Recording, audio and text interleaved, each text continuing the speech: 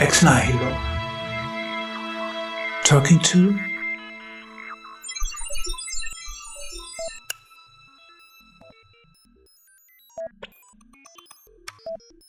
Dear Maarten Boudry, we're looking forward to today's conversation about your new book, whose Dutch title I'm not even going to try to say, but I believe it translates as The Betrayal of the Enlightenment, Why We Need a New Progress Movement, which you're currently translating into English, I believe. But first, you hold a chair at the Ghent University, although that wasn't your initial plan, was it? You were a jazz pianist who I assume was drawn to music because of the promise of freedom and improvisation. Tell us about your background and what made you decide to make philosophy your priority. Yeah, that's. I mean, it's a long time ago now, but as I recall, I was always interested in the freedom of just playing without sheet music. When I was a little boy, I think I started playing the piano when I was 8, and I was trained as a classical pianist. But I very early on I started playing songs that I heard on the radio and then improvising on them. And I actually did study for a year at the Conservatory of Ghent, not piano, but music composition, because I think I was probably not good enough technically to be like a concert musician. And then I decided to switch to philosophy, and I can't really, I mean, I was really like torn about it, but I think eventually I discovered that I preferred writing letters on a sheet of paper as opposed to notes. Somehow both of it is writing, both of it is composition, but for some reason, like I was always procrastinating and never really got around to composing music. Now I do it actually in my spare time. And now I enjoy it more. But I think classical music is a very contemporary classical music is a very insular world, even compared to philosophy. So even, yeah, it's not that I had a plan to become a philosopher from very early on. I think I could imagine an alternative universe where I would have become a musician or even something completely different, like mathematics, or I had a bunch of different interests, and eventually I settled on philosophy, which is also a way of not settling on anything, because if you're a philosopher, you can afford to, be all over the place and be interested in 1,000 different things at once. Yeah, very interesting. So it remembers me a little bit to my career. I started as a writer, but like I was kind of getting to because of having played piano and wanted to be a virtuoso, the very same story like yours. Okay, loving classical piano as well. Yeah, sure, classical piano. Then I got into the idea of pop music, and then I worked as a young author together with an electronic musician from Tangerine Dream, and we were doing some experimental audio pieces. And that was a very weird moment, because all of a sudden I realized that the idea of the virtuoso was over. You just sit in front of a sample, and the whole world turns into an instrument. Then you ask yourself, why did I study cello and doing scales and the like? Exactly. So, which was very, very funny. So what was your career as a mass boy? How did it play into that too? Into the remembrance of all these theologians teaching you about the riddles of the universe? Yeah, I was raised as a Catholic. My parents were actually not very devout. I mean, they were very liberal believers. I think now probably they would describe themselves as non-believers or as atheists, but back then. So it was a very watered down kind of faith. But I did have a grandmother on my father's side who was very devout. So she was, of course, from the generation before the wave of secularization in Belgium. And I think she instilled a lot of her religious faith in me because she was, paying us a visit every week. And I think I had a phase where I was actually more religious than my parents. Normal. Because I always preferred very clear and doctrinal answers to my questions about the nature of the universe and reality, etc. And when I was asking my parents about the existence of heaven or about the truth of some of the stories in the Bible, I always got very evasive answers. It could have been a metaphor, it could have happened. I mean, who knows? It's a mystery, blah blah blah. But when I asked my grandmother, she was really very straightforward, and she says, "Yes, of course, there's a literal place called heaven. and we're all going to end up there unless you're really bad and you go to a different place, etc. But don't worry about it. It's only for the worst criminals. And is grandfather up there? Because I never got to meet my grandfather. Yes, of course he's up there. And am I going to meet him eventually? And I kind of like that. This kind of, I have a very low tolerance for ambiguity, or at least I was a kid. I like either this or that. And I started having a crisis of faith when my teachers, even the teachers at my school, it was also a Catholic school. I mean, most of the schools in Belgium were Catholic. When she started giving evasive answers to some of the stories in the Bible, like I vividly remember the story of the flood and Noah's Ark, and I wondered, like, okay, but hold on, did this actually happen? Or I mean, it's a nice story. If it did happen, why isn't this integrated in the history class that we get like the next hour? And if it didn't happen, like, what's the point of all this? Is it like a metaphor? And she just dodged the question. She was like, oh, well, it could be a metaphor. It could be it could be the real story. I mean, who's to tell? And that really I couldn't accept. It's like just the indifference to it, to the truth value of what she was telling. That was really strange to me. And then I very quickly became an atheist. I mean, I actually held on to some other belief systems for much longer than my Christian faith. For example, my mother was into homeopathy. That's something that I also believed in for much. Yeah, that's a belief system too. And also, it's less like if you think about religion for, I mean, with a, you can. I mean, I don't want to, belittle religious believers, but it's like.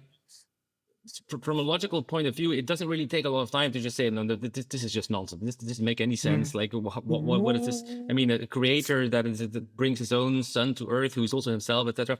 But homeopathy sounded much more reasonable and intuitive to me, and so it took a longer time for me to just read up on the whole theory behind it, and to discover that also, this was equally fictional.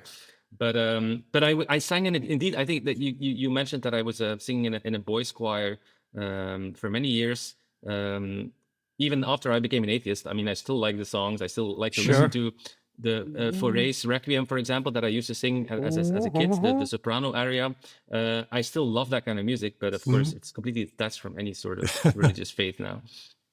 Wonderful. Yeah. You began exploring the significance of illusions early in your career, examining how people fall into self-deception or become captivated by conspiracy theories, and how this can lead to a viral intellectual infection. But before opening up this psychopathological can of worms and subjecting its pseudologia fantastica to ridicule, I want to agree on confronting something inevitable here. Having written a lot about the history and philosophy of money, I've inevitably dealt with the money illusion, meaning that a monetary system only works if all of society's members believe in it. If this money illusion exists, then Bernard de Mondeville's assertion that private vices turn into public benefits, that can come true, leading to the question, could it be that illusions are something that is really quintessential to a social community? Mm-hmm. Yeah, I think, I mean, it's a very interesting question. And of course, I also discussed the example of money in my book. So I wrote a book in Dutch on beneficial illusions a couple of years ago, and then didn't really get to translate the whole book, but then I turned it into a series of academic papers.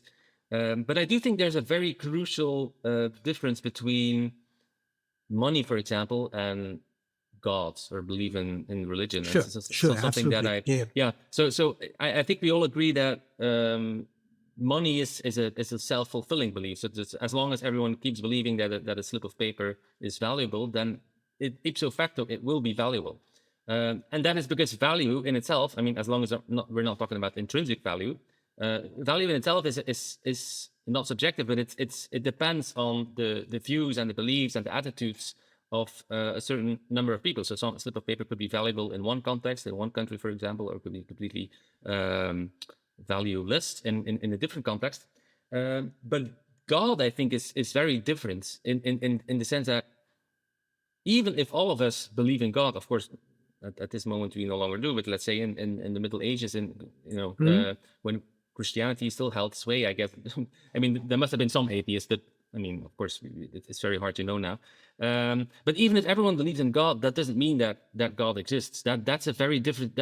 And I mean, to find the equivalent with money, I think a slip of paper is not intrinsically valuable, right? I mean, No. it's a convention and it depends on the beliefs, etc. Even if everyone believes that it's intrinsically valuable, it's still not intrinsically valuable, because intrinsic value is just something that doesn't exist. I mean, there's nothing magical about the slip of paper. So some illusions are self-fulfilling, Mhm. and to the extent that they are self-fulfilling, they are no longer illusions. I mean, money is one example of that. So it's not an illusion to think that the €100 bill that I hold in my hand is actually valuable, because it will be valuable just in virtue of the fact that all these people around me are accepting it as something valuable. But something similar applies also indirectly to, let's say, the belief that you are let's say that you have to run a race and you believe that you're gonna win the race. So your belief in your victory can be self-fulfilling indirectly. It's not that your belief itself brings about the victory, but indirectly it can give you that boost of self-confidence that perhaps pushes you over the finishing line the first. So in that sense, to the extent that it is self-fulfilling, it's no longer an illusion. It's a self-fulfilling belief. But to get back to money, it's actually something that I think Harari is famous for in his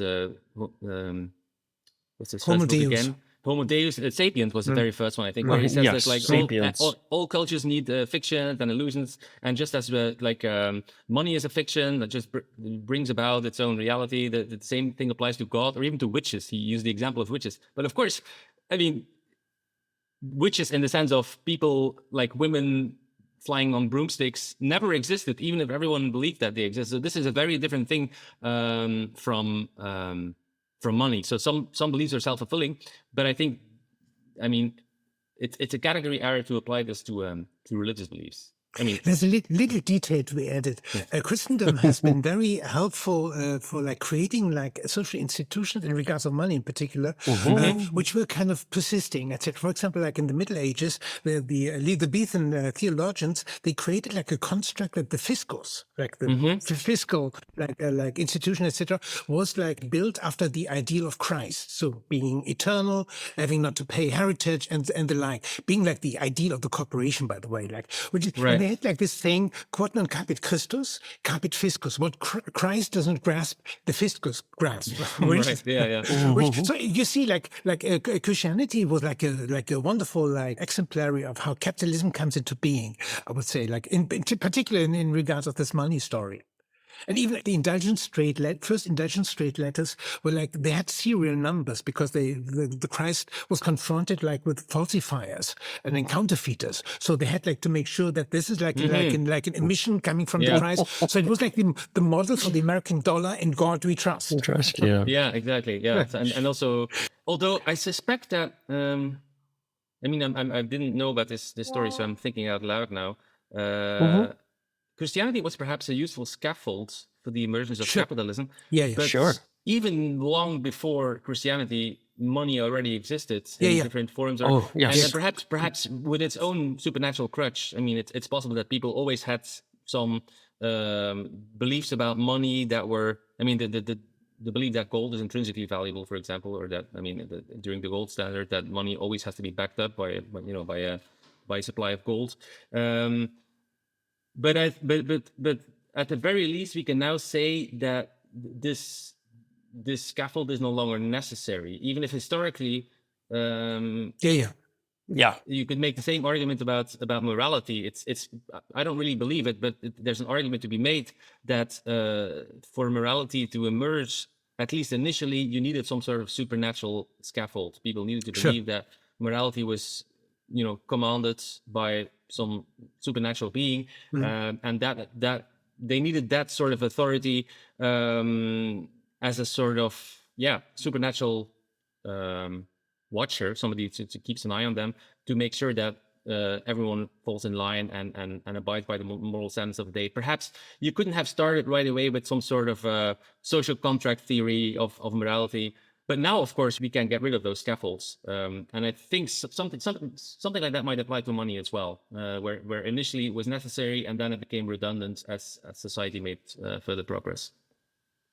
This brings us straight to the next question, namely, where does the problem lie? But before we go there, let's bring a more fundamental question into play. In Ecce Homo, Nietzsche offers a wonderful description of himself. Was a single philosopher before me a psychologist at all, and not the very reverse of a psychologist? That is to say, a superior swindler and idealist. Before my time, there was no psychology, bringing us to this fundamental problem of contemporary philosophy, that we can no longer use the tools of pure reason alone, that we must utilize psychology too. How do you see this relationship, and how does it affect your own philosophical self-image?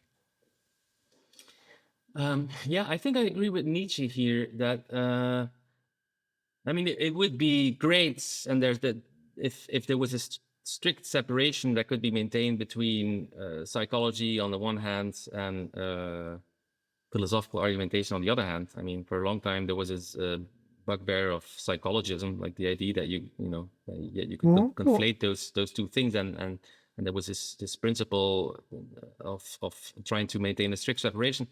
But I think it just doesn't work. I mean, except perhaps for very like for problems in logic or mathematics, then of course you don't need to psychologize. But I think if we're talking about religion, for example, about morality or any of the I mean more interesting down to earth problems relating to human society, then we have to be psychologists as well. And this is something that I realized I think actually a couple of years ago when I was teaching fallacies, like the theory of fallacies in my philosophy classes. I'm making a detour now, but I will come back to the. So what was the kick like? What was the kick teaching the history of fallacies? Pseudoscience. Yeah, the pseudoscience. Just the. I mean, the classical laundry list of fallacies: the ad hominem fallacy, the ad ignorantiam fallacy, and then the genetic fallacy. And genetic fallacy, and this actually relates to this notion of psychology being necessary to do philosophical work. So there's this idea that from a logical point of view, the psychological origins of a belief, for example, are completely irrelevant to its truth value. If you want to evaluate, you want to judge the merits of a belief, then the psychological origins are completely irrelevant. And it would be nice if we could maintain this clean separation, but I think if you think about it, it just doesn't work. Of course, we should avoid, let's say, gratuitous psychology, if that's the only kind of argumentation that we put forward to engage in a discussion. If behaving in like Freud did with many of his patients, like whatever they come up with, it's always like, oh, it's because of your traumatic experience, it's because you're suffering from neurosis, etc. Or if you believe in God, it's because you need a father figure or something like that. So that's gratuitous, of course. So, but I think we need a blend of argumentation and psychology. And psychology, I think, often comes in as circumstantial evidence for truth claims. So when we're talking about religion, for example, some theologians and philosophers would say that the psychological origins of religion or the evolutionary origins of religion are completely irrelevant to the truth claims of religion. And from a purely logical point of view, of course, that's true. But in the real world, we don't have perfect evidence. We can't just derive everything from first principles by sheer force of logic. And the fact that, if we are able to explain the emergence of religious beliefs from an evolutionary point of view, if we can show that even in the absence of supernatural creatures or deities, people will still believe in them, then of course this undermines, I think, just the truth value or the plausibility of religion. I think my favorite example is this thing called the Ouija board. I'm not sure if you're familiar the Ouija with it. board, yes. Yeah, it's probably, or Ouija, Ouija or Ouija. Yeah. It's this thing that is that you can use to summon ghosts. That's the idea, and you place your hands like sitting with a group of people around the table. All of you place your hands on a glass, and the glass seems to start moving out of its own accord, and it forms letters because it's like a ring. The alphabet is written as a ring around the table.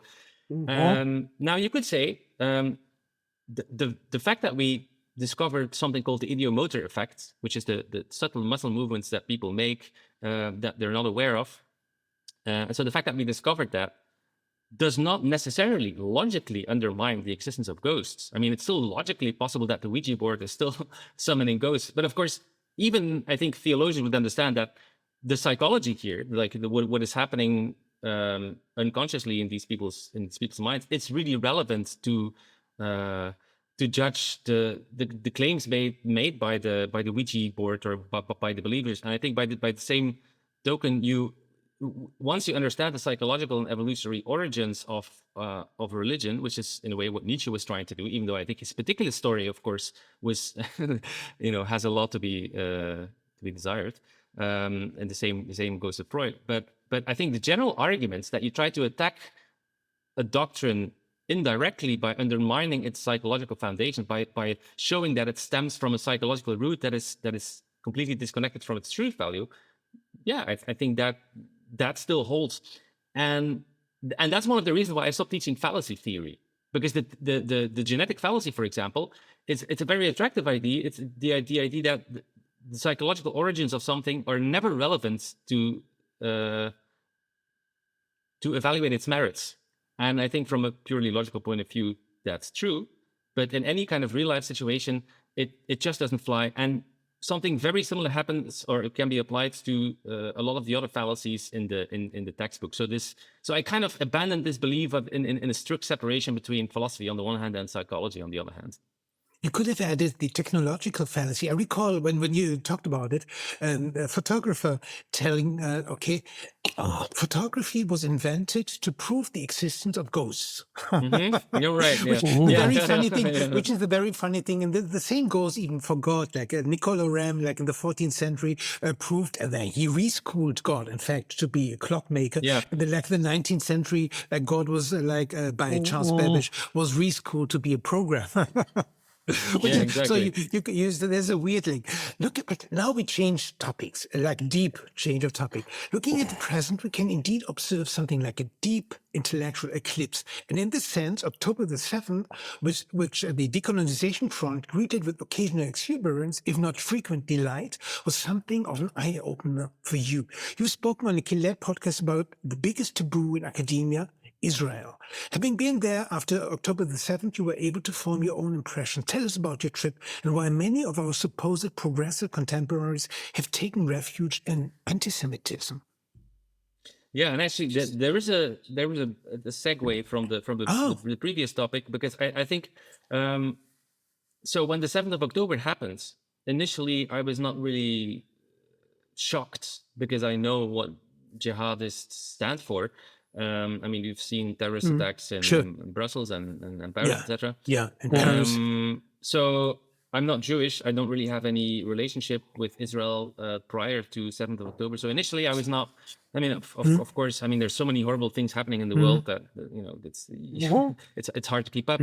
But then the 8th of October, or even the very same day, I was shocked not so much by the event itself, but by some of the sounds that came from my academic colleagues and some of my friends, mostly on the left, who were, I mean, in the most extreme cases, who were exalting and glorifying the violence, but I mean, more commonly, they were just condoning it and trying to find some sort of justification for it. And that's really when I was taken aback, and I was like, what the hell is going on here? And I think that's a segue from the previous discussion. What is going on here psychologically? I mean, everyone understands nowadays, and I think especially after 9/11, after the terrorist attacks in many European capitals.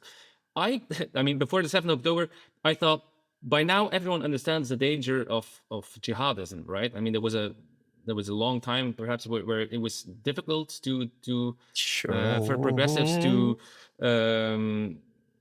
to face the fact that Islamic fundamentalism is real and it's dangerous. But when terrorists strike, it's really, I mean, this is something that we all have to confront.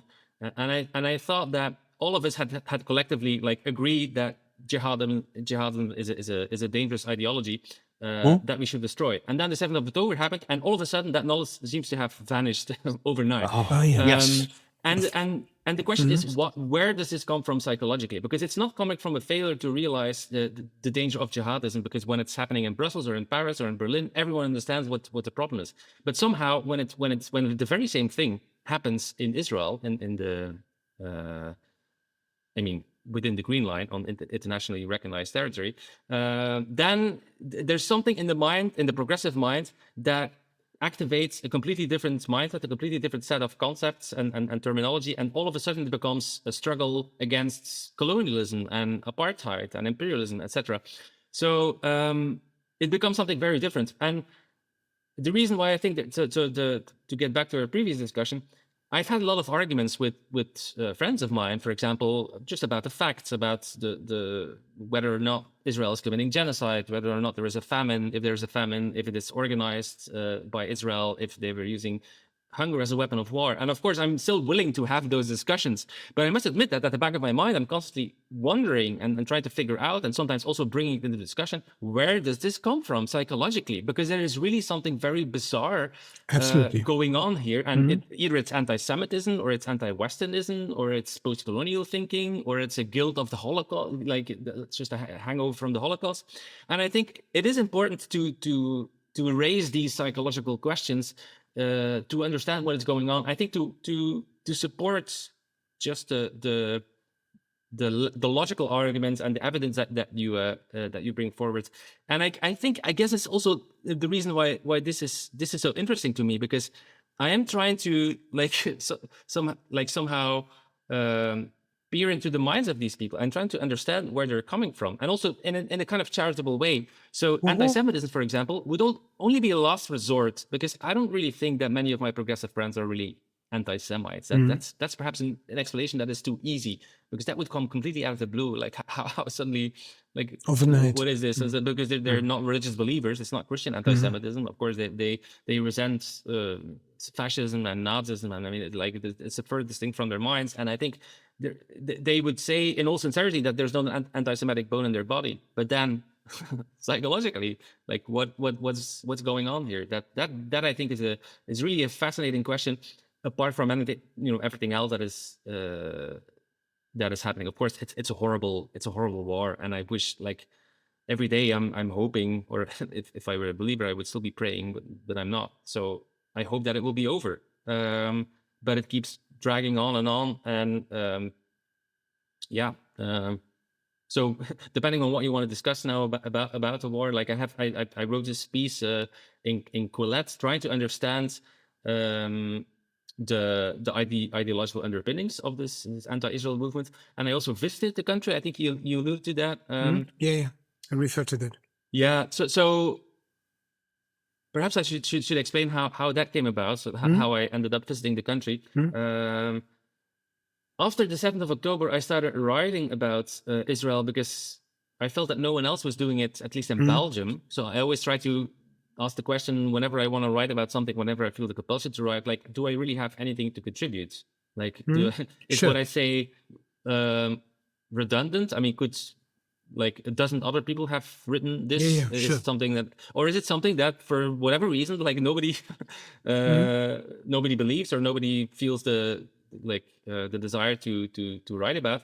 And in this case, I felt that no one else was standing up for Israel, as no one else was pointing out just the bizarre fact of all these progressives that were suddenly siding with people that would happily throw them off a rooftop of a building. Like, the most extreme case of that, of course, was the Queers for Palestine. Like, just the absurdity of this whole thing.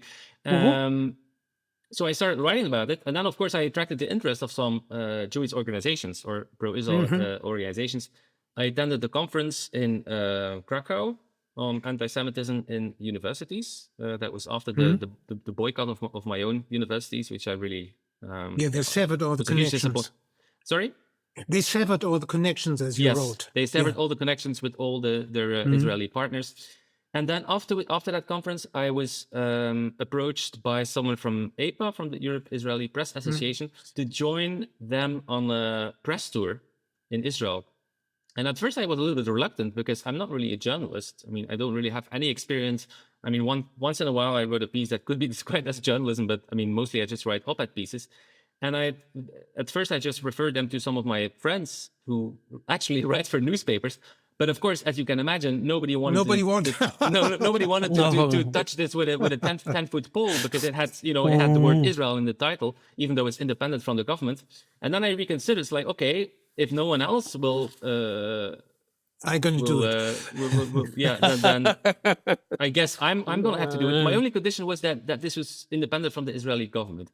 And of course, I did take into account that this is not a completely neutral organization, so they might have an ideological agenda. But I wanted to be independent from the Israeli government, and of course, I wanted to have the total freedom to write whatever I wanted afterwards. And so I did join them on this press. So all the other people in that group were actual journalists. I was the odd one out, because I was an academic or a philosopher.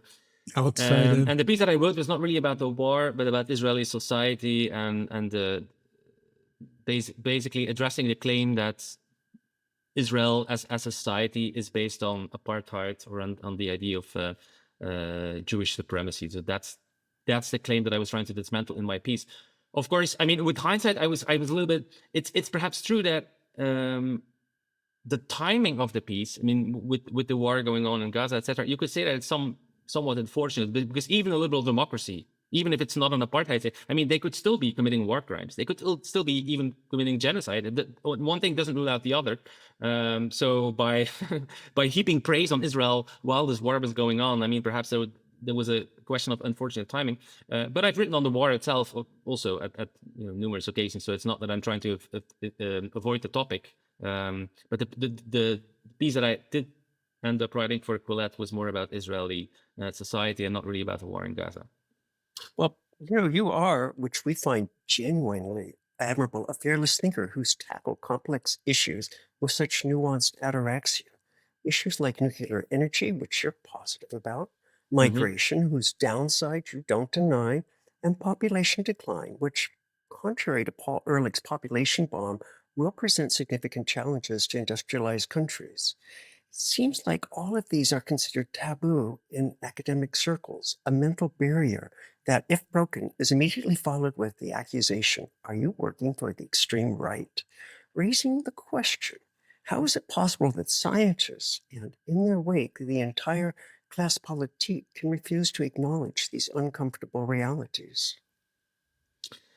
Well, scientists are just human beings. And just like the rest of us, we can be beholden to ideology or religion or certain doctrines.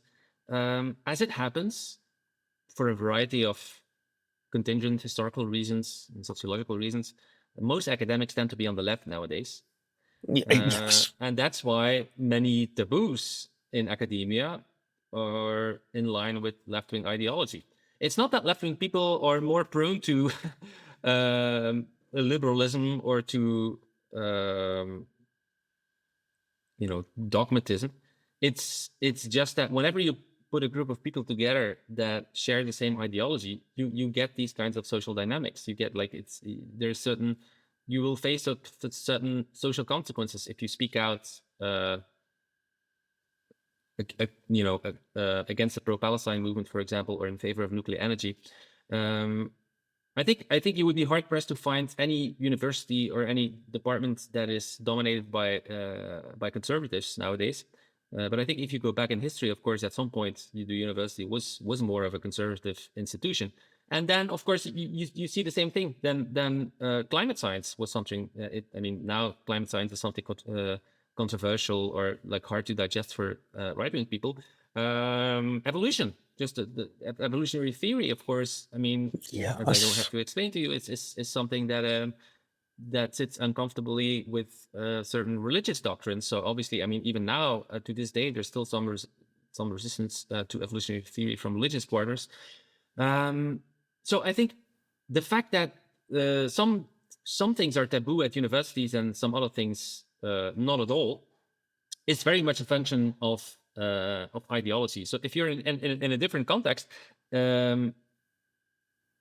let's say in some political circles, I mean, there's in the private sector, for example, I sometimes give talks in the private sector, and it's a completely different universe almost. Like you have a completely different audience, and the things that you have to justify or have to tread very carefully when you're talking to academics, they're like completely fine when you're talking to the private sector. For example, things like the fertility crisis, or nuclear energy, they're completely fine with that.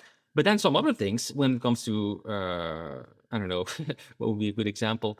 Actually, climate, the fact of global warming is a good example. I still sometimes, when I'm invited in the private sector, there will always be someone in the audience who raises hands like, I'm not sure about the climate science, and isn't it all isn't it all just urban heat effects, or just or the effect of solar radiation or whatever, or sunspots?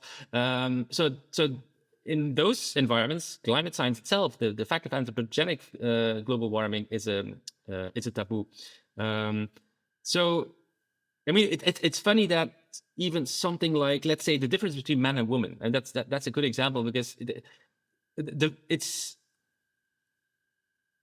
bizarre in a way that this could ever become a taboo, because it's something that everyone is familiar with, even in their own life. I mean, many of the people who even profess that there's no differences between men and women, and that, you know, we are all born with blank slates, and that anybody can become anybody, and everything is determined by cultural factors and by education.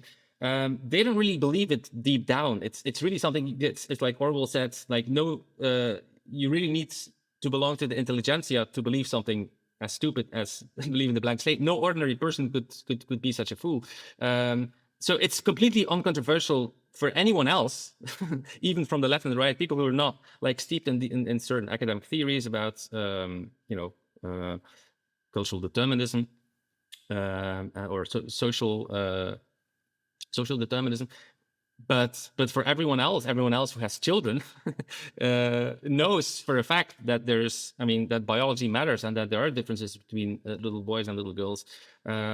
So the very thing that are taboo today could become, common knowledge tomorrow. So that's also, that's hopeful in a way, that taboos do not always linger around. Sometimes the spell is broken and people forget about the fact that this was originally a taboo. The best example, of course, is the fact that of heliocentrism. I think it used to be one of the biggest taboos ever. And I mean, when Galileo was forced to recant and to say that the sun revolved around the earth rather than the other way around, it's hard for us to imagine now why that was such a big deal. And I think the same thing eventually will happen to blank slate. And eventually it will all become so obvious. It's like, how could this ever have been controversial? I think even my girlfriend is Chinese, so she comes from a completely different cultural background. Sometimes when I have to explain to her why the fertility crisis is controversial in Western societies, or why the difference between man and woman is controversial, she's like, what is all that fuss about? Like, what's he like? I even have to like play the devil's advocate and try to explain where these people are coming from, why for them it is so controversial to believe that that's something like IQ, and that IQ is heritable to some extent. And it's like, but if you're coming from a completely different background, different cultural or religious backgrounds, then a taboo will be completely alien to you, or will be common knowledge, or almost the opposite. Like the denial of the taboo will be the taboo.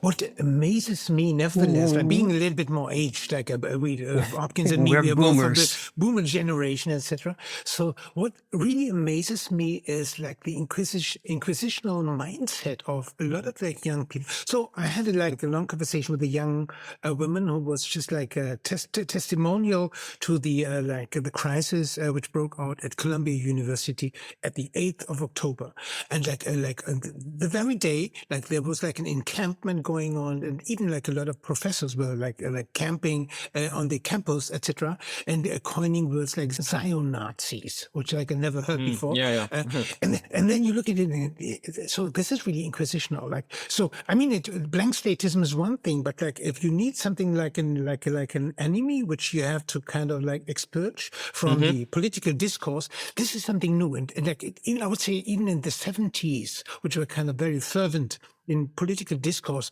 this kind of stupidity, like also augmented with a certain loss of like historical wisdom, knowledge, and so forth, was not there. That anybody now like takes, for example, you've got like a massacre like the 7th of October, people like kind of like cheering up, demonstrating to the social media as a big most social media account how they murder people, like uploading the stuff to the Yes. various Facebook accounts and like. So this is one of the most horrific things happening like in this century, even like compared to the massacres of the 20th century, that anybody might ignore that and like the very next day sit down and say, I'm gonna have like my camp and like play my decolonization game. It's bizarre to me.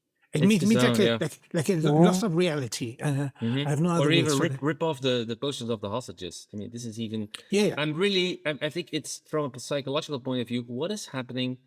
What is going through the mind of someone who does that? I mean, it is. Yeah. I mean, because these people will still believe that they're on the right side of history. They're doing something good.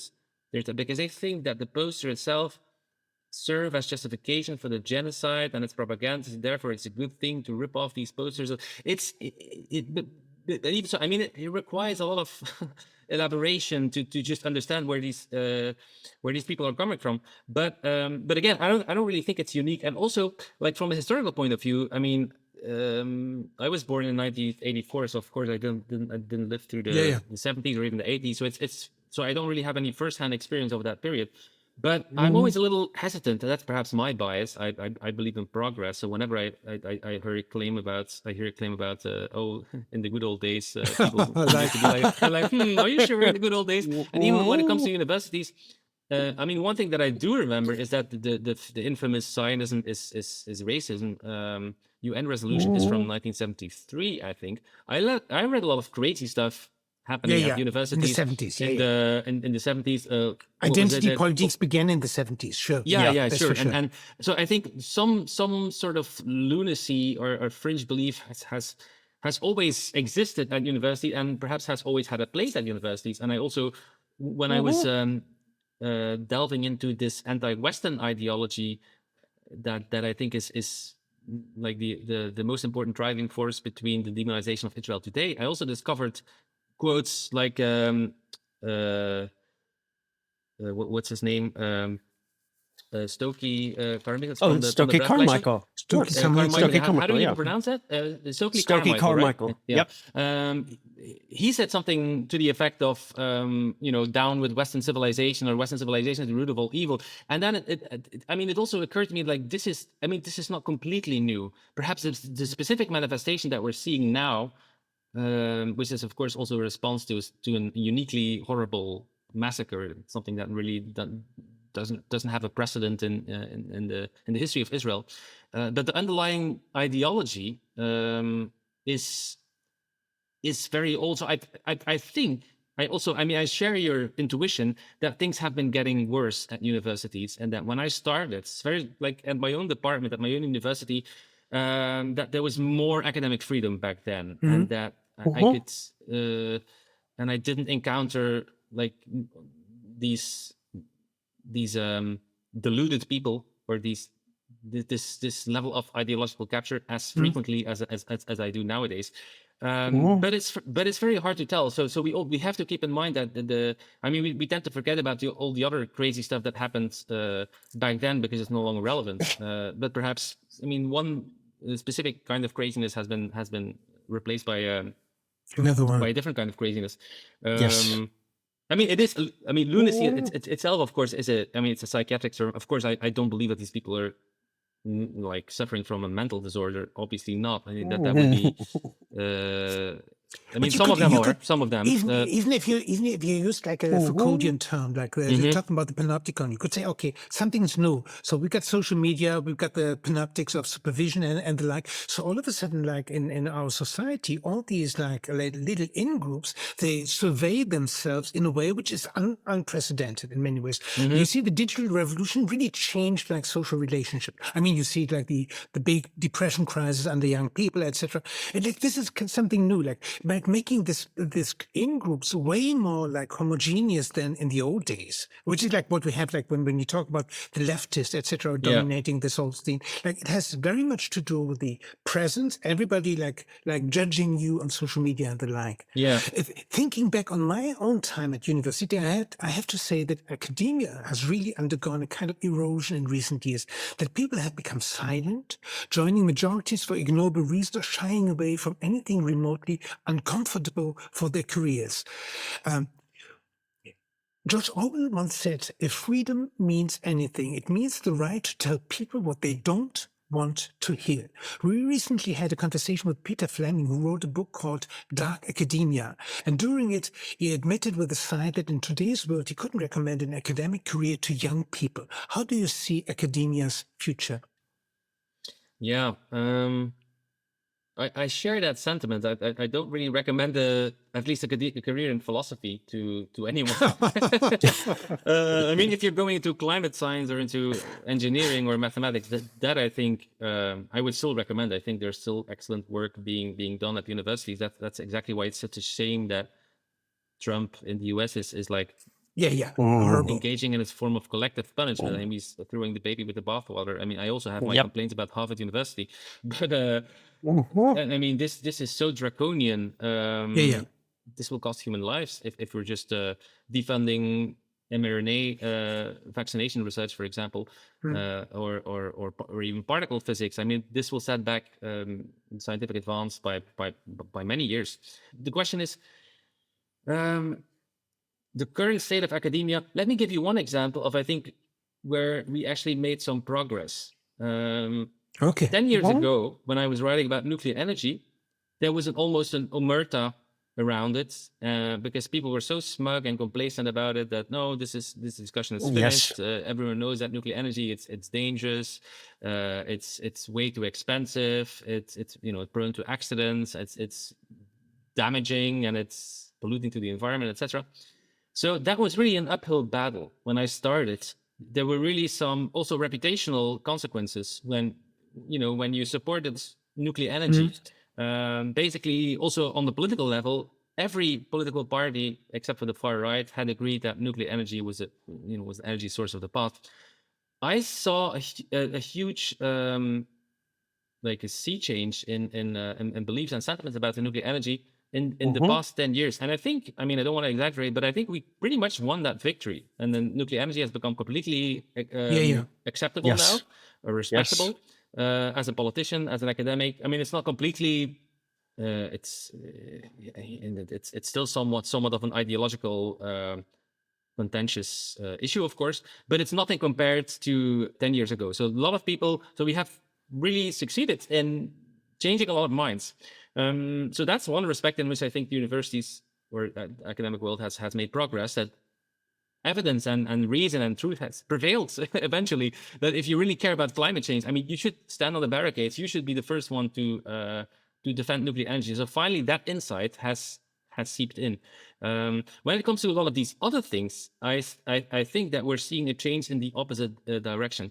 The reasons for it also explains why nuclear energy is an exception. I mean, the reason why nuclear energy nowadays is more respectable, it's no longer a partisan issue in the way that it was 10 years ago.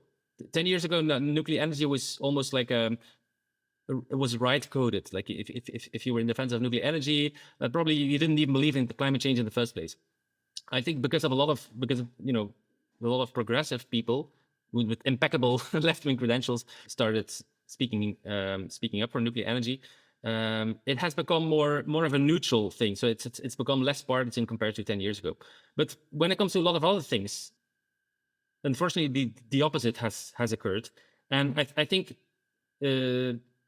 both in the US and in Europe, unfortunately, many academics feel that whenever society lurches to the right, whenever you see like that's right-wing populists are on the rise, they feel that they have a sort of responsibility or a duty to compensate in the other direction, because we have to stand up for whatever truth and for science, etc. This in itself is pretty. I mean, it's fascinating that all of these people who used to be postmodernists 20 years ago, and they believed, in dismantling the authority of science, and it was all about deconstructing the narratives and blah blah blah. Now all of a sudden, belief in science is left-coded. So now all of a sudden, like, everyone on the left was wearing face masks and was pro-vaccination, etc. So that's also something. It's very bizarre that happened. I mean, mostly during the pandemic, of course, where like anti-vaccination basically shifted from a left-wing issue to a right-wing issue. But by and large, I think universities or many academics believe that they have to become even more left-wing whenever society becomes more right-wing. And I think these extremist movements are feeding off on each other, and that this is what is happening, unfortunately, in the US and in Europe as well. That the more and it's self-reinforcing, because the more universities become left-wing, the more they will be demonized by right-wing politicians, and so they will become even more left-wing. Right-wing people will no longer be interested in pursuing an academic career because they don't really belong there. Everyone knows that academia is just it's completely hijacked by left-wing ideology. That's an exaggeration, but at least that's how it's perceived to be. Sure. And what they should do, of course, is make clear that science is not like beholden to any ideology and should be neutral. And if you allow science to be hijacked by ideology, if science just becomes another lobbying group, then of course you're going to be attacked by the right. What even like what prestigious journals like Nature and Science have been doing for the past couple of years, completely buying into the transgenderism ideology, for example, has been extremely damaging to the reputation of science. It's incredibly ill-conceived and irresponsible to cater to these activists, and in the long run, of course, it's extremely damaging. So I'm not having any sort of Schadenfreude for what is happening in Harvard, but I would have to say, I mean, I would be remiss if I didn't point out that they had it coming. This is, I mean, I wrote my chapter in the book that was just published by Lawrence Krauss, the War on Science, is about the left-wing attack on science, and it's happening mostly from within academia. And the war on science that we're seeing right now with the Trump administration attacking science is exactly a response, and to that. Unfortunate and an irresponsible response, but it is still a response to what has been happening for many years, and what academics and scientists have allowed to happen. And they also bear some responsibility for the backlash that we're experiencing now. Sure. So, if you go back to the 19th century, couldn't we say that modernity's unease is something of a leitmotif? Hitler famously said if the Jews didn't exist, we would have to invent them. The invented enemy wasn't just the driving force behind Nazi ideology, but it also fueled Stalinism, bringing us to another strange phenomenon, that many so-called grass movements have become caught up in this friend or foe dichotomy. When Fridays for Futures activists are now presenting themselves as anti-Semites and sailing with Greta Thunberg to Gaza, that could be dismissed as childish behavior, but much more serious in our view is the case of Bruno Latour, who in his Gifford lectures chose Carl Schmitt, of all people, as his mentor, making his radical division between friends and foes, between Gaia followers and the internet surfers. Where does this come from? How can members of the intelligentsia, supposedly committed to science, which we've been talking about, and thus to truth, give into totalitarian temptation, or even worse, to political theology? Yeah, that's a very good question. And in a way, that's the question I tried to answer in my latest Quillette essay, I think. The Enlightenment Gravediggers. So the phenomenon that you're describing is people that have been raised in modern societies, in affluent, technologically advanced, democratic societies, that are biting the hand that feeds them, that are turning their backs against everything, that they should be grateful for, everything that they're benefiting from. I think I also had a change of mind about that in the past couple of years. So when you mentioned something like Michel Foucault, of course, hugely influential, is still the most highly cited academic in the social sciences, I think. And I'm not denying that postmodernism still lingers on, even today, even in the weaponized form that we're seeing in manifested in the hatred directed towards Israel, for example. But I also, I have come to believe now that the explanation is even more fundamental and lies deeper than just the contingent emergence of like a school of thought like postmodernism, or the existence of specific figures like Michel Foucault or Jacques Derrida. And it's almost like an economic explanation, as I develop it in my essay for Colette, that modern societies are the only societies that allow this sort of posturing, this sort of ungrateful behavior towards the very society that you're living in. And I guess that what really made an impact on me is when I started reading some essays that George Orwell read in the 30s and the 40s already, long predating the emergence of postmodernism, for example, where he's describing something very similar. So he's saying that there's a certain kind of pacifists living in the West that professes to believe in just pacifism generally, so it's just opposed to any kind of war. But if you really scratch below the surface, you see that what they're really hating, the thing that they really despise, is their own civilization. It's Western civilization. It's always their own country that is guilty of whatever goes wrong in the world. And that's, I mean, this is just anecdotal, of course, but there's a bunch of stuff long before the 60s, long before Michel Foucault was born, that I think points to something deeper, that modern societies, affluent societies, breed this type of intellectual that bites the hand that feeds them. It's Julian Bender, like the treason of the intellectuals, like in the 27. Bender already, and Schumpeter already wrote about this in, I always forget the order of, it's Capitalism, Socialism, and Democracy, like his famous book, where he's saying that capitalism will always give rise to a certain class of intellectuals that resents capitalism, because capitalism is pretty much the only system that affords plentiful opportunities for these intellectuals to bite the hand that feeds them. You would never encounter something like that in communist societies, because in these communist societies, this would never be tolerated. So I call it an economic explanation, because I think of it in terms of supply and demand. I think the demand for griping and fetching and complaining about your own society has always existed. I always compare it to the famous clip in the Life of Brian, where the head of the People's Liberation Front of Judea says, "What have the Romans ever done for us?" And then, of course, the aqueducts and the hospitals and the roads, etc. That probably has always existed, but of course, this speech by this, the People's Front of Judea was held behind closed doors, because the Romans would never have tolerated any criticism of their leadership in public. Modern free societies are very unique in that they tolerate this sort of criticism, and exactly because they tolerate it, you will just see more of it. So there's a higher supply of opportunities for this kind of ungrateful posturing, and that's why you will see more of it, because it does appeal to people. It's something that people like to do. People just like to complain, and also it appeals to people's intellectual vanity. I mean, intellectuals can put up a whole show of being opposed to the powers that be or the system, and it's all very exciting. And they can cast themselves in the role of the heroic truth seeker who dares to confront the powers that be, even though they're not running any risk of ending up in prison or anything like that.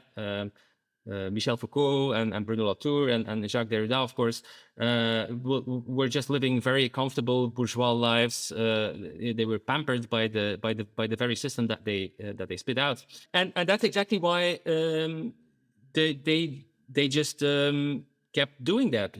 And there's I mean, if you look at the history of postmodern, so you could, of course, still point to the influence of these figures like Foucault and Derrida, but then the more fundamental, and that's exactly why they just kept doing that.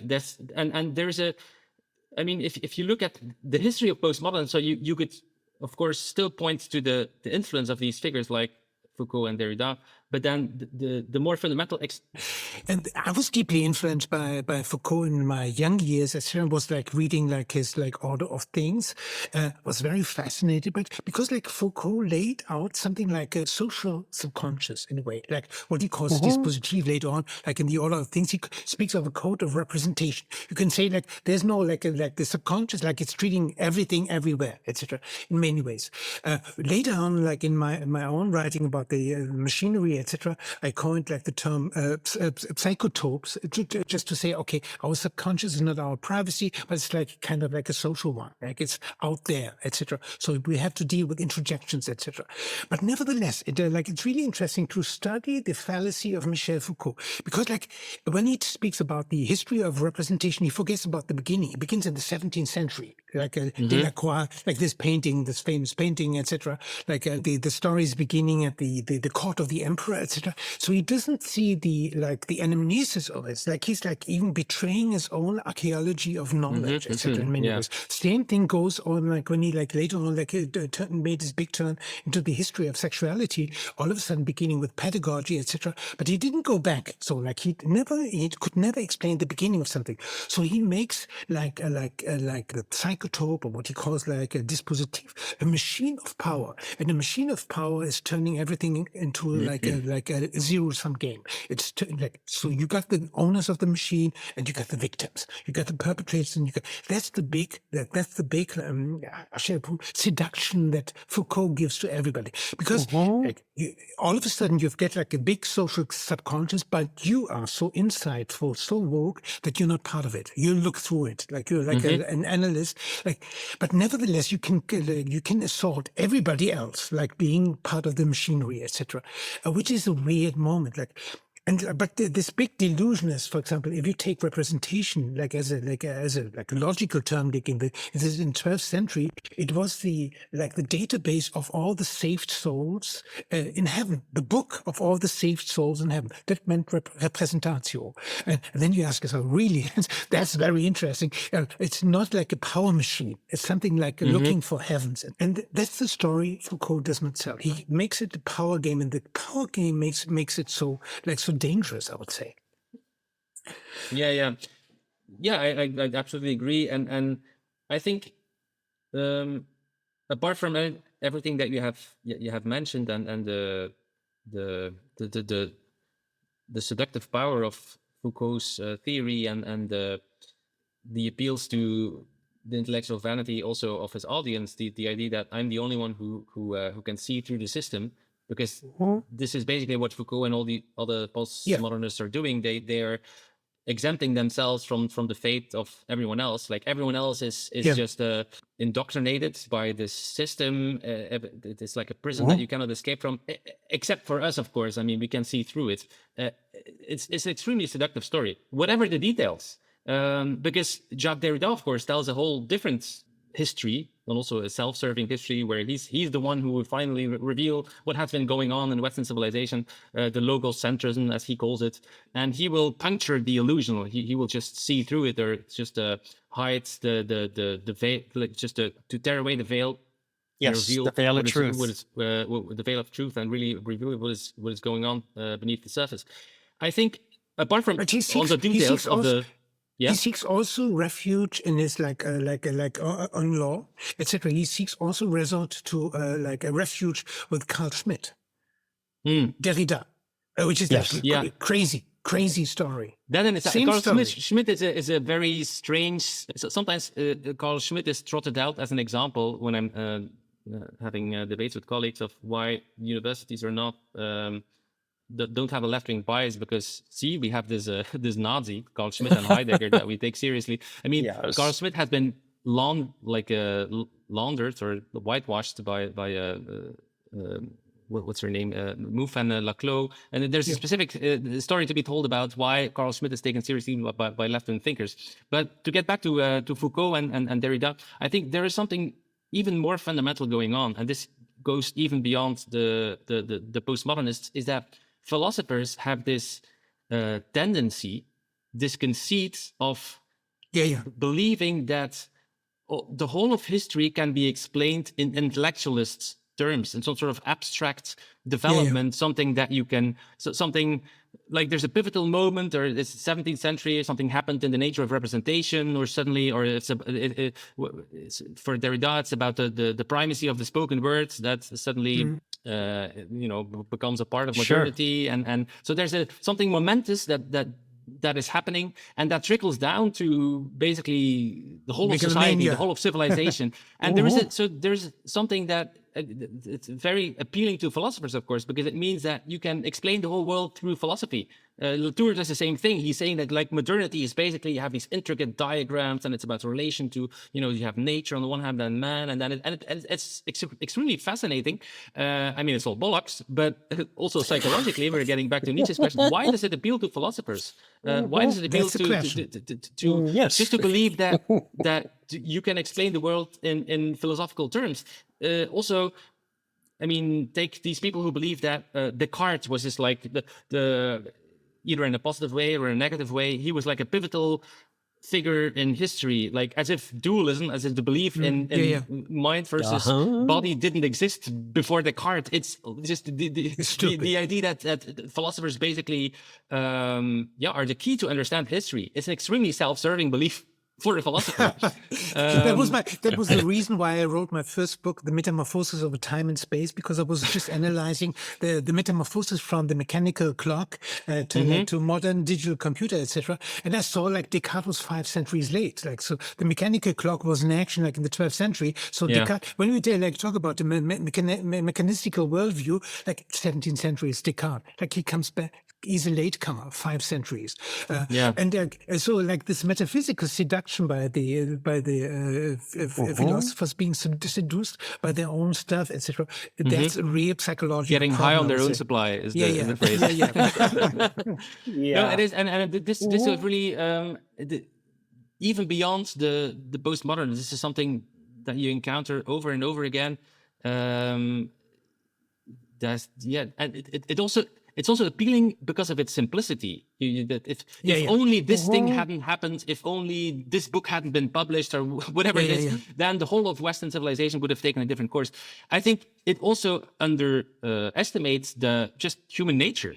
Absolutely. Something like representation. I mean, is the corollary of Foucault's theory, for example, is that something like representation didn't exist in ancient Greece or in other kinds of societies, that there was no such thing as things representing the world or signs representing the world. I mean, it's complete nonsense. It's the failure to just to take into account something that falls out of the purview of your own intellectual universe, that there's a thing called human nature that you have to understand biology, you have to understand psychology to understand certain things about the history of the world. You cannot just reduce everything to the writings of certain philosophers, and especially not if you're pretending. I mean, it's one thing to say that a philosopher had a tremendous influence on other philosophers. I mean, that I can accept that, of course. And some people are extremely influential, but to believe that the whole of European society became dualist because of Descartes, that's just, it's bullshit. Or that the whole of European civilization just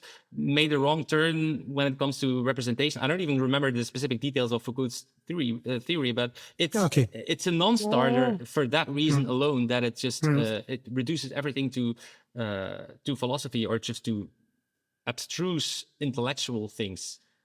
So we keep finding this question of losing touch with reality as the leitmotif of sociosis in many of our ex nihilo conversations. That is, how our present is becoming a fantasy that young ones call psychic inflation.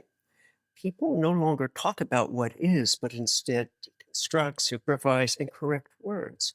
In a strange way, doesn't this go hand in hand with return to magical thinking? That we find ourselves suddenly in this George Orwellian world where those in power who precisely because they can't cope with the real life problems resort to speech police. Yeah, I think it is, of course, very much congruent with postmodern philosophy that everything is about narrative and discourse. So if you dominate the discourse, if only we can change the discourse about migrants, for example, or about gender, then we can change reality. So that's one fallacy. That there's certain things that are more stubborn, that will resist your attempts to manipulate them. Which is not to say that discourse is irrelevant, because the way we talk about the world obviously has an influence and shapes our perception of the world.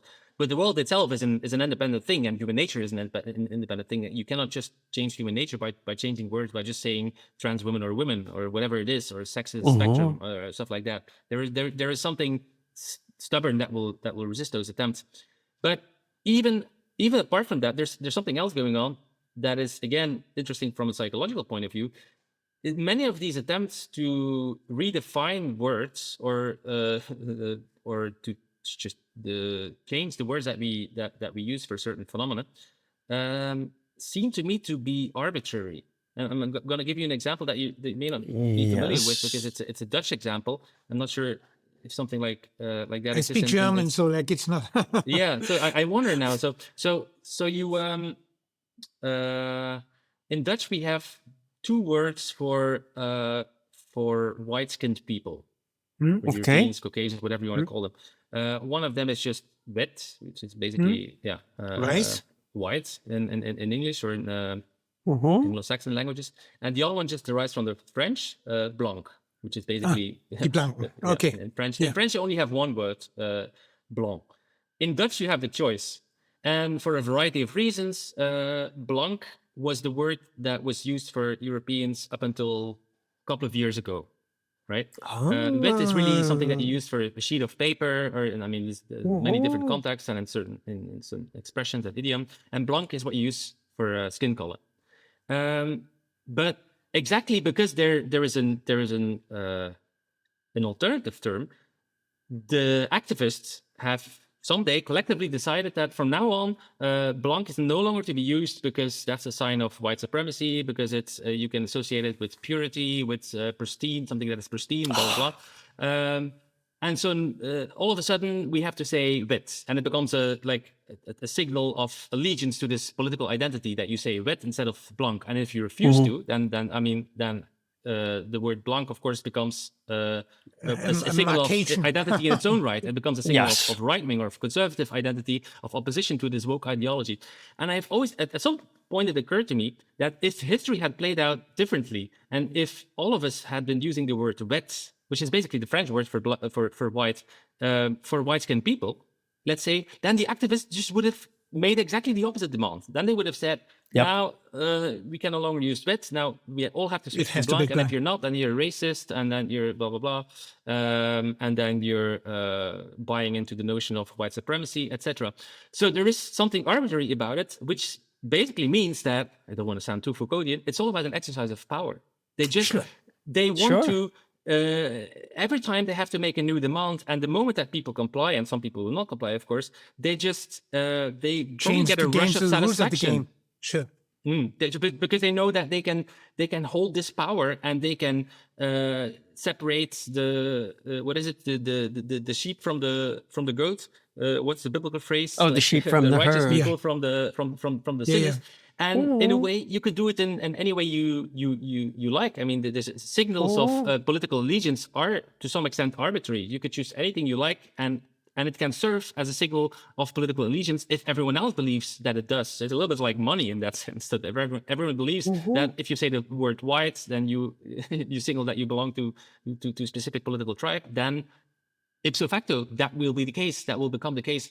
So even apart from all the misunderstandings about the importance of discourse and narrative, which could be a hangover of postmodernism, I think it is also it's a power play. It's a way of signaling that you belong to a certain tribe, that also you have benefited from some education, like using certain terms like epistemology or hegemony or like all of that. It's not so much about the words themselves. It's just about any kind of word could serve that function. It's about saying, I belong to this group of people. I belong to that tribe, and you're on the other side. But this psychological part of this power game is really interesting because Joseph Stalin was confronted with the wish of some ideological communists, etc. They said, okay, we are in a new society, etc. So, and like in our language, our Russian language, we see a lot of like feudal remnants. So we have to extinguish them. So, and Joseph Stalin was confronted with and said, come on, forget about it. Like because we get this is our mother's tongue. It's like the elites did not have like a big play in it. So it was like given by our mothers, which were not the big power holders, etc. So he refrained from, even Joseph Stalin, the most totalitarian beside like Hitler, he refrained from speech policing, which gives you an interesting idea what lies behind this idea. Maybe I would rephrase the story the following way. I would say it's a deep sense of impotency which leads you to this kind of power claim. Sure. Which is it's anybody who gets into speech policing is for me like somebody who's totally lost. Like he's intellectually lost, historically lost, has no idea. Yeah, it's an interesting question. And I guess from a materialist point of view, if you're a real Marxist, then of course, I mean, to believe that words have power, it's not a very Marxist thing, right? If you're going to police anything, like you have to police people's beliefs, I guess, or people's political allegiances. Yeah. Perhaps the very ideas that words hold such sway over our minds could be construed as idealist or something like in itself, like un-Marxist. But I do think another historical episode that I think had a lot of parallels with the kind of speech policing and also the ritual displays of atonement and of guilt that we're seeing now in woke circles is the Cultural Revolution in China. I think there you see the idea of expunging all the evils, all the people who are not sufficiently devoted to the ideology, also the people who are not sufficiently enthusiastic in punishing other dissenters and traitors. And this kind of social dynamic, perhaps it didn't really have to do with language, although I'm not sure. I think in the Cultural Revolution there also was a lot of political correctness related to language. I'm not an expert in this, but I think again it drives home the point that the language in itself, that's just a sideshow. It could be anything. The thing is about the policing and the power game that you're playing. And the new rules that you keep up with, it's a little bit like fashion. Like once everyone adopts the fashion, that elites will come up with a different fashion, and once it loses its signaling value, once everyone starts to say wit instead of blanc, then you have to come up with something different. And this eternal purification of the mind and of dissenters and of apostates, that I think is more important than the symbols or the pretext that are used to punish these dissenters. As long as you have some cudgel that you can beat other people on the head with. But it's like the total power game. If you can erase like tradition, like the sense of history, etc., and like belief systems of the past, like what's happened in China with the Confucianism, etc. So that's like a wonderful power game. Now to my last question: if you were a science fiction author and had to imagine a philosophy professor in the year 2070 teaching at Ghent University and wanted to develop a kind of social portrait of this character, as Philip Roth did in his Human Stain, what would it look like? Wow, yeah, that's I'm gonna have to peer into my crystal ball now. Philosophy, you might even live. Yeah, that's right. 2070. I mean, it's not the far future, so I will be 86 then. So it's possible that I will probably not be a teacher any longer. But you would be free to write the story. Yeah, that's right. In some ways, I think philosophy is more predictable than science, because it has this sort of pendulum swing between different movements, and there's a counter movement in the opposite direction. It's less linear than science. Science is by definition extremely unpredictable, because I mean, if we could predict the next discoveries, then they wouldn't be discoveries in the first place. In philosophy, so I mean, I'm a bit reluctant to to speak on behalf of of future philosophers, of course. So there's this trope in also in many discussions that future historians will say this or that, and they will like, I know, and it's always like future historians will of course agree with whatever it is that I'm saying now, and they will judge you very harshly for your dissenting view. So whatever it is, so we tend to project our beliefs on the future, and hopefully, like perhaps this optimistic belief that eventually the reason will prevail and our views will just will be accepted in the future. I would say that the one thing that I'm thinking of now is that if philosophy is really more cyclical, then it's possible that even in 2070 we will be still running around the same circles, and we will still be discussing the hard problem of consciousness or the problem of free will or whatever. That's a bit of a depressing thought. I must admit that. So if this is really what philosophy will be like, then I will definitely not recommend anyone going into philosophy. Hopefully, what if you're surrounded with TikTok philosophers? Well, I think most of the interesting philosophy, hopefully, will be philosophy that you can't do today, for the simple reason that the problems don't exist yet today. So hopefully there will be new technologies or social developments or whatever it is that will be fertile ground for philosophizing. Artificial intelligence or human enhancement or eugenics. I think stuff like that hopefully will be discussed in 2070s, and not the kind of philosophy problems that we're discussing now. In my own work, I would say I'm always trying to write something original, of course. I mean, that's what everyone tries to do. But my last paper was on AI, for example. I mean, everyone is writing about AI these days, even philosophers, for the simple reason that, I mean, it's still terra incognita in a lot of respects. So there's a lot of still relevant and interesting and original arguments to be made. It's a much less of a tall order when you compare it to the hard problem of consciousness or the problem of free will or the nature of existence, because we have been we have been discussing this for centuries, and what are the odds that you're going to be the person who comes up with something original or something that you will come up with a solution to the problem? So hopefully, I think in 2070 philosophers will be discussing new problems that we can't even conceive of now, because the inventions are not there yet, or because the new challenges and problems of societies have not been invented yet. So it's a utopian answer in the end, anyhow. Yes. In a way it is. And if it doesn't pan out like that, if they're just running around in circles again, and they're still discussing the very same problems, then I would it's just like then just dismantle the philosophy department, and it's just a waste of time. And it's a bit of a crass answer, perhaps, but I do think I do worry a lot of times about the value of philosophy. And one of the only classes that I'm still teaching at my university is called Philosophy in Society, because one of the things that I'm encountering among philosophy students is that this sort of anti-empirical, anti-science attitude. So like they don't really want to be bothered with real life issues, with something that is relevant for society. They don't really care about scientific discoveries. They just want to have like abstruse philosophical thoughts from the comfort of their armchair. And I think good philosophy, philosophy that is constructive, is very close to science, actually. I mean, it has its own nature, but it's something that is hopefully constructively developing solutions together with the sciences, that it has both of its feet planted firmly on the ground. There is a different tendency in philosophy that is more detached from reality and from everyday concerns, but it's not really my kind of philosophy. So I hope that by 2070, that philosophy will be less dominant, I guess.